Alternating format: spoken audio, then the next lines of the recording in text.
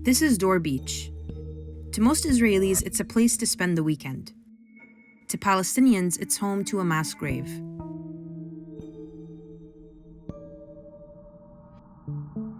This beach was once a Palestinian fishing village called Tantura. In 1948, it was destroyed by an Israeli paramilitary group, and 200 of the village's boys and men were killed and buried in a mass grave.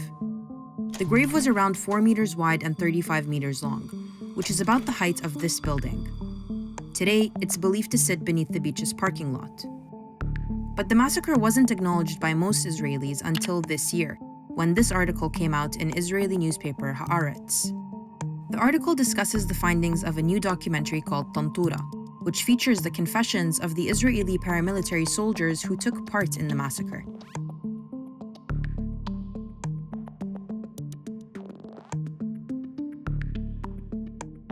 These testimonies were first documented by an Israeli graduate student, Teddy Katz, in the 90s. When Israeli newspaper Maariv published Katz's findings on the massacre, the soldiers recanted their testimonies and sued him for libel. According to Israeli historian Ilan Pape, Israeli mainstream media presented Katz as, quote, a fabricator, a pseudo-historian who had invented a non-event for ideological reasons. 20 years later, the publishing of the Haaretz article has renewed discussion of the massacre in Israel. One article in Haaretz writes that Katz, quote, revealed the massacre 2 decades ago. But revealed it to who? Palestinians have always known this massacre happened. Since the 1950s, testimonies, books, novels, and documentaries have documented the events at Tantura, and the site is visited each year by those coming to remember. 70 عاماً مضت والأموات أحياء في قلوب محبيهم. لهذه القبور يوجد من يسكن هذه القبور ومن يستذكر من أهاليهم. The work of Palestinian historians, archivists, filmmakers, and community activists is rarely referenced in Israeli mainstream examinations of what happened in the run-up to the founding of Israel. This Haaretz article is no exception. Those mentioned in the piece are the Israeli soldiers, the Israeli graduate student Teddy Katz, Israeli historians like Ilan Pape and Benny Morris, and documents from the Israeli Army Archive. The publishing of the Haaretz article has reignited a conversation on who gets to write history and who's allowed credibility in the telling of it. What the Haaretz article is doing is trying to rely on Israeli institutional apparatus, on the Israeli historiography, academy, and the colonial archives, and the testimonies of the perpetrators to assess, reassess what happened based on newly released and discovered evidence.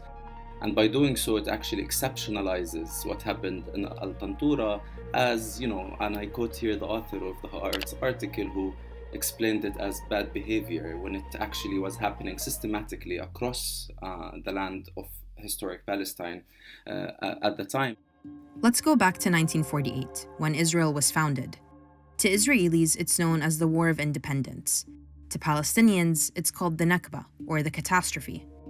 This was when Israeli paramilitary forces killed thousands of Palestinians and drove hundreds of thousands from their homes.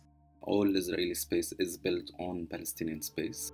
Tantura is not an exception, but fits within a wider systematic erasure of Palestinian geographies and systematic targeting of Palestinian bodies. Tantura is just one of the over 400 Palestinian towns and villages that were destroyed or ethnically cleansed during the Nakba. Many of the towns, villages, and cities that survived were renamed and repurposed. Bir al-Saba became Beersheba. The city of Jaffa, once one of Palestine's main commercial hubs, is now part of Tel Aviv. Ain Hod village in the north is now Ein Hod, an artist colony. The mosque has been turned into a restaurant. A lot of Palestinian homes have been turned into galleries. Israel buried Palestinian history in other ways too. After the Nakba, Muslim historical sites were destroyed. Forests were planted over the ruins of destroyed villages, and evidence of the Nakba was systematically concealed in Israeli archives. And when Israel invaded Lebanon in 1982, the army looted the Palestine Liberation Organization's research center, stealing thousands of documents they had been collecting for 17 years, along with manuscripts, microfilms, and other parts of the PLO's vast cultural archive. there's systematic denial of a Nakba in the official Israeli narrative. It's not only about the state and the state structures and the institutions denying that, but this is, a ripple effect of a discursive effect, that runs throughout Israeli society, through universities, through the army, through, the creation of public parks and leisure spaces on the ruins of Palestinian villages that create a condition whereby the settler lives without acknowledging or recognizing the continuous dispossession that's happening against Palestinians. And that's why a lot of Palestinians say al-Nakba mustamirra, or the Nakba never ended, because over 70 years later, Palestinians still feel they're being dispossessed of their land by the Israeli state. In occupied East Jerusalem, Palestinian families are being pushed out of their homes by Israeli court order in Sheikh Jarrah and other neighborhoods, while others are having their homes demolished. In the occupied West Bank, illegal settlements continue to be built and expanded on Palestinian land. According to the UN, 2020 marked a record year of settlement expansion in the occupied West Bank and East Jerusalem over the past 5 years, with over 20,000 settlements moving further along in the construction process. In the occupied Golan Heights, Israel plans to double its settlements. In the Gaza Strip, a siege restricts the movement of Palestinians who have been subjected to regular Israeli airstrikes.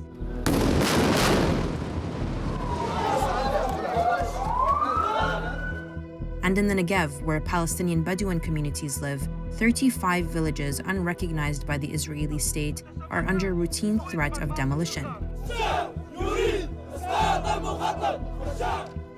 Al-Araqib is one of these villages. It's been demolished 197 times. In order to settle the land, you need to dispossess the land of its residents. And this is the logic that informs Israeli settler colonialism, and that's why we call it settler colonialism in the first place. So if the Israeli society is not able to reckon with the present of how that manifests and continues through its universities, through its education, through its public transportation system, through these different strategies, continues to implement this logic of dispossession and continues to be complicit in it, then I can't see how these, as they deem them, discoveries that are based on the testimonies of perpetrators can actually create, a transformative change of how Israeli society thinks about settlement, about occupation, about the massacres that they commit against the Palestinians. Since the documentary's release, the Palestinian Authority and some Israeli leftists have called for the site of the mass grave to be excavated and for an investigation to be launched. Not many are hopeful. The Haaretz article itself says, quote, "The grim events at Tantura will never be completely investigated. The truth will not be known." The Israeli army has declined to comment on the film and its findings. As for whether the Nakba is more likely to be acknowledged in the Israeli mainstream after all this, it doesn't seem likely. In the lead editorial Haaretz published to follow up the piece, it writes that, quote, "The tragic hero of this story is Teddy Katz." Another article in the Jerusalem Post casts doubt on the findings of the film and calls the massacre a, quote, "controversy."